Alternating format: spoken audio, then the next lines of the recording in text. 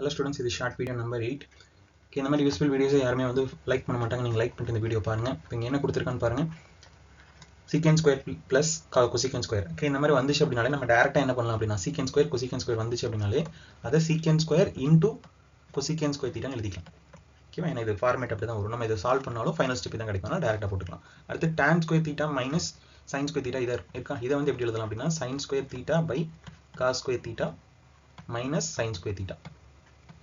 இப்போ இதில் என்ன காமனாக இருக்குது அப்படின்னா சைன் ஸ்கொயர் தீட்டா காமனாக இருக்குது. சைன் ஸ்கொயர் தீட்டா காமனாக எடுத்துட்டோம் அப்படின்னா remaining 1 minus cos square theta அப்படின்னு வரும்.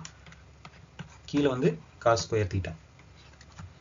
இப்போது சைன் ஸ்கொயர் தீட்டா இந்த 1 மைனஸ் காஸ் ஸ்கொயர் தீட்டாவை என்னவா சேஞ்ச் பண்ணலாம் அப்படின்னா சைன் ஸ்கொயர் தீட்டான்னு எழுதிக்கலாம்.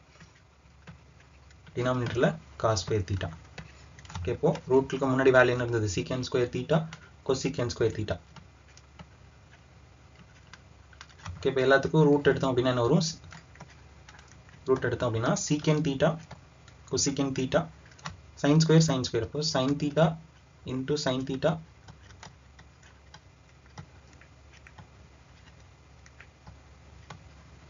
By cos theta. ஓகேவா? சைன் தீட்டாவும் கொசிக்கன் தீட்டாவும் ரெசிப்ரோக்கல், அது கேன்சல் ஆகிடும்.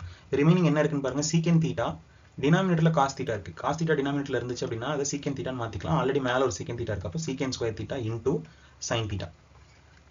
இந்த மாதிரி ஃபார்மேட் ஆப்ஷனில் இருக்கான்னு பாருங்க. Sine theta into secant square theta இருக்குது. Option B. இப்போ இதுதான் கரெக்ட் ஆன்சராக இருக்கும்.